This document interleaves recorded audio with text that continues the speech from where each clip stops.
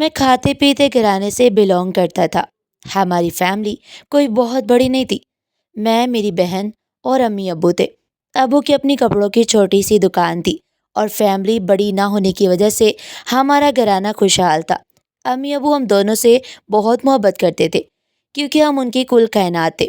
انہوں نے ہمیں اچھی اسکولنگ دلائی۔ یہاں تک تو سب ٹھیک تھا، لیکن میری عادتیں بہت خراب ہو رہی تھی۔ وجہ شاید میرے دوست تھے جو مجھ سے بھی زیادہ امیر تھے۔ وہ ہر وقت کوئی نہ کوئی گھٹیا حرکت کرتے رہتے۔ پہلے پہل تو مجھے یہ سب بہت برا لگا، لیکن پھر میں بھی ان میں شامل ہو گیا۔ کبھی امی ابو نے بھی کوئی خاص نصیحت نہیں کی۔ اب اسکول میں جن دوستوں سے مجھے چڑ تھی وہ بہت بری باتیں کرتے۔ میں انہی کے ساتھ بیٹھتا اور وہ جو مجھے مسجد کا کیڑا کہتے تھے، اب وہ مجھ سے ہر بات کرتے جو مجھے پہلے بری لگتی تھی۔ اب مجھے وہ باتیں بری نہیں لگتی تھی۔ اب تو میرا ان کے بغیر دل ہی نہیں لگتا تھا۔ یوں میں گمراہ ہوتا گیا اور گناہ کی دلدل میں پھنستا چلا گیا۔ پھر ایک دفعہ ہمارے اسکول میں پارٹی تھی۔ اس پارٹی میں یونیفارم نہیں بلکہ گھر کے نئے کپڑے پہن کر جانا تھا۔ کھانا اپنی طرف سے لے کر آنا تھا۔ موبائل کیمرہ وغیرہ بھی لانا تھا۔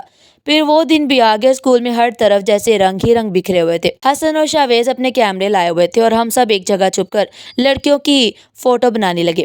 کسی لڑکے نے ہمیں دیکھ لیا اور ہماری کلاس ٹیچر کو بتا دیا، جس سے ہمیں بہت ڈانٹ پڑی۔ کچھ دن بعد ہماری کلاس میں سر فیاض صاحب آئے جو ہمیں قرات پڑھاتے تھے۔ انہیں بھی وہ بات پتہ چل گئی اور پھر وہ نرم لہجے میں سمجھانے لگے کہ یہ بات بہت بری ہے، لیکن ہم بیزار سے بیٹھے تھے۔ تبھی سر بولے، دیکھو بیٹا، ابھی تم لوگوں کو ہماری باتیں غلط لگتی ہیں، جب تم لوگوں پر گزرے گی تو تب تمہیں پتہ چلے گا۔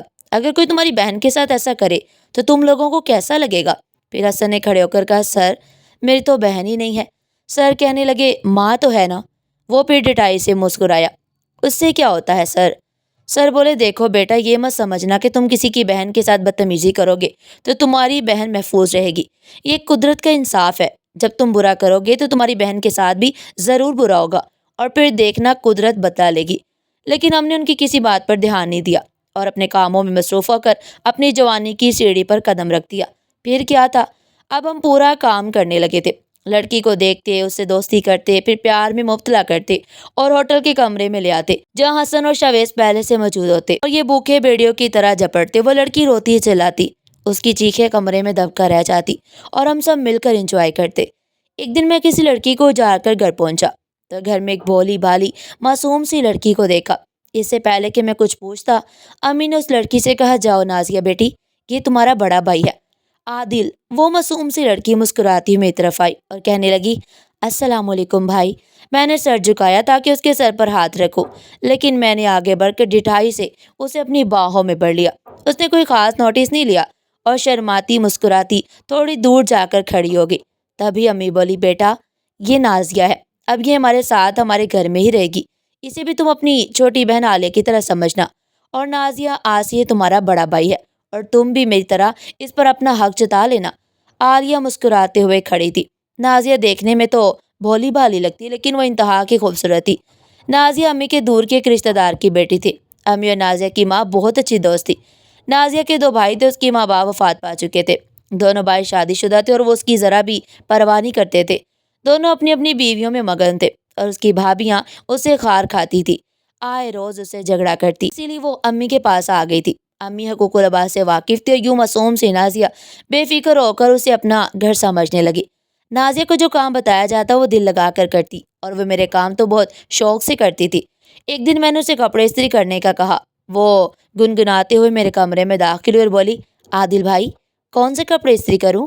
میں نے کنگھی کرتے ہوئے، سفید والے کر دو۔ نہیں عادل بھائی، آج آپ یہ والے کپڑے پہنے، دیکھیں کتنے پیارے لگ رہے ہیں، اس نے کپڑے دکھاتے ہوئے کہا، اور میں نے اسے زور سے گلے سے لگا لیا۔ سے پہلے کہ میں مزید آگے بڑھتا وہ پیچھے ہٹ گئی اور اس کی آنکھوں میں آنسو تھے۔ میں نے حیرانی سے پوچھا، کیا ہوا؟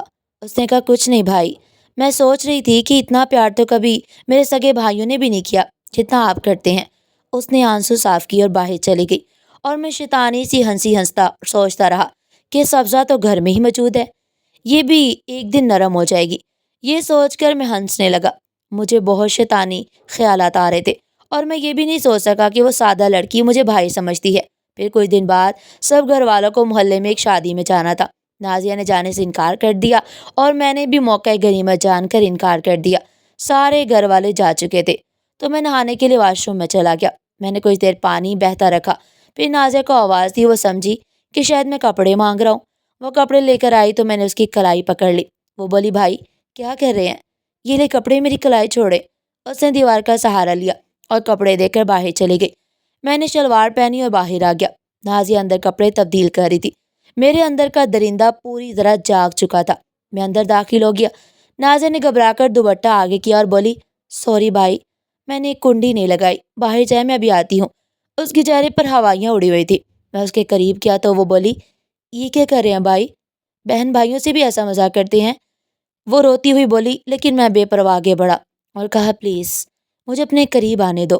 وہ 2 قدم پیچھے ہٹ کر بولی آپ بہن بھائی جیسے پاکیزہ رشتے کی توہین کر رہے ہیں۔ میں نے کہا کسی کو پتہ بھی نہیں چلے گا، اور میں نے اسے پکڑ لیا۔ وہ روتی رہی، اللہ خدا کا واسطہ دیتی رہی، لیکن میں نے اپنا کام پورا کیا۔ پھر اسے اسی حالت میں چھوڑ کر باہر نکل آیا۔ جب سب لوگ شادی سے واپس آئے تو اسے اس حالت میں دیکھ کر سب کے پیروں تلے سے زمین نکل گئی۔ امی نے اسے کپڑوں سے ڈھانپا اور گلے لگا لیا۔ وہ رونے لگی۔ پھر امی نے اسے پوچھا تو اس نے میرا نام لے لیا۔ میں صاف مکر گیا۔ میں نے کہا جب آپ لوگ گئے تھے نا تو میں بھی گھر سے چلا گیا تھا، اور جب واپس آیا تو ایک آدمی کو گھر سے نکلتے دیکھا۔ امی غصے میں آ گئی اور نازیہ کو برا بھلا کہنے لگی کہ میں نے تجھے گھر میں پناہ دی اور تو نے میرے ہی بیٹے کو پھنسانا چاہا۔ کاش مجھے پتا ہوتا کہ تو اتنی بری لڑکی ہے، اس لیے تیرے بھائیوں نے بھی نکال دیا۔ وہ روتی رہی، صفائیاں دیتی رہی، لیکن کسی نے اس کی بات نہیں سنی، کسی نے اس کے ساتھ انصاف نہیں کیا۔ میں کونے میں کھڑا مسکراتا رہا، یہاں تک کہ امی نے اسے گھر سے نکال دیا۔ میں بھی باہر آ گیا اور کہا دیکھا نازیہ، میں نے کہا تھا نا کسی کو مت بتانا۔ اب کہاں جاؤ گی؟ اگر میری بات مانو تو میں تمہیں واپس اس گھر میں لا سکتا ہوں۔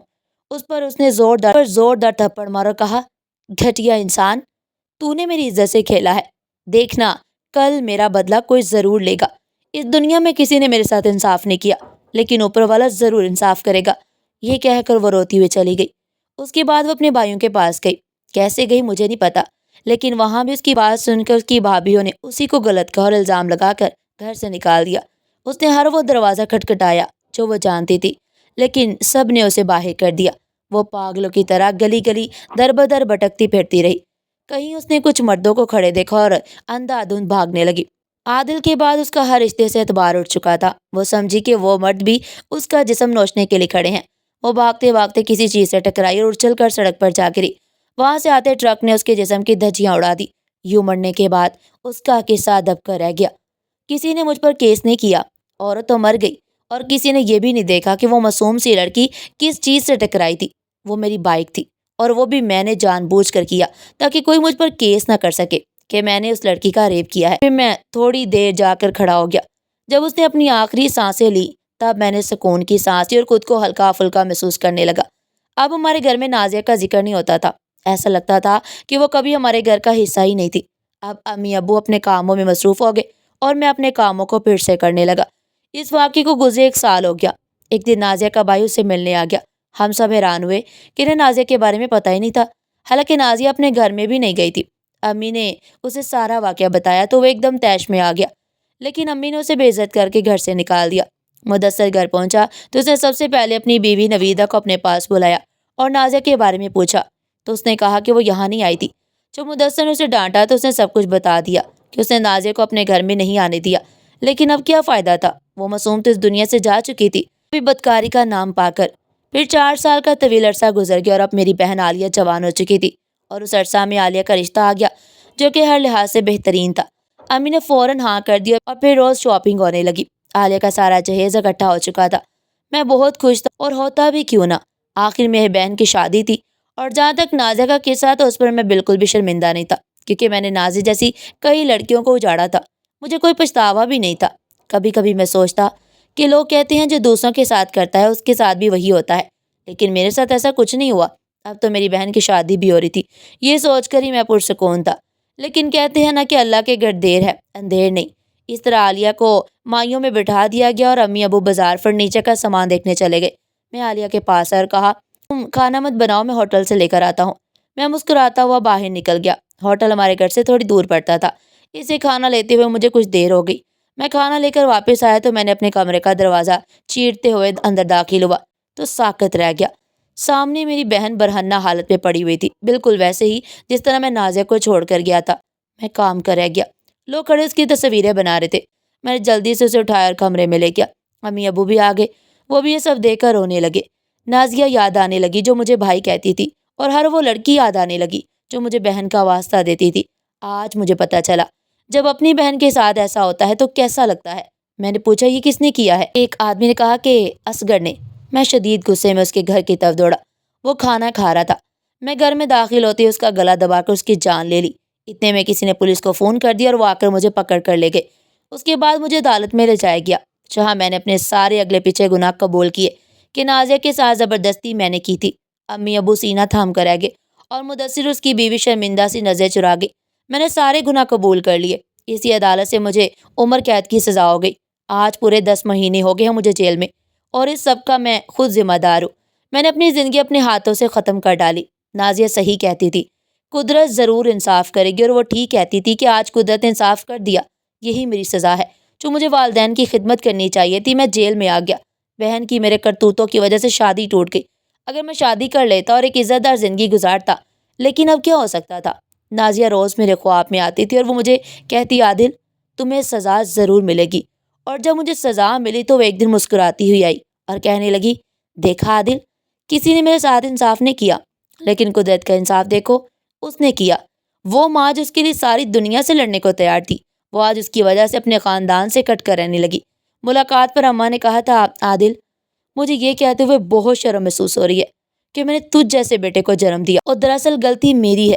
میں نے تجھے اگر شروع سے ہی لڑکیوں کی عزت کرنا سکھائی ہوتی تو آج یہ نوبت ہی نہ آتی۔ میری بہن ایک زندہ لاش بن کر رہ گئی، اور یہی حال اب میرے ماں باپ کا بھی ہے۔ گلی سے گزرتے ہوئے انہیں کتنی ذلت اٹھانی پڑتی ہے، یہ تو وہی جانتے ہیں۔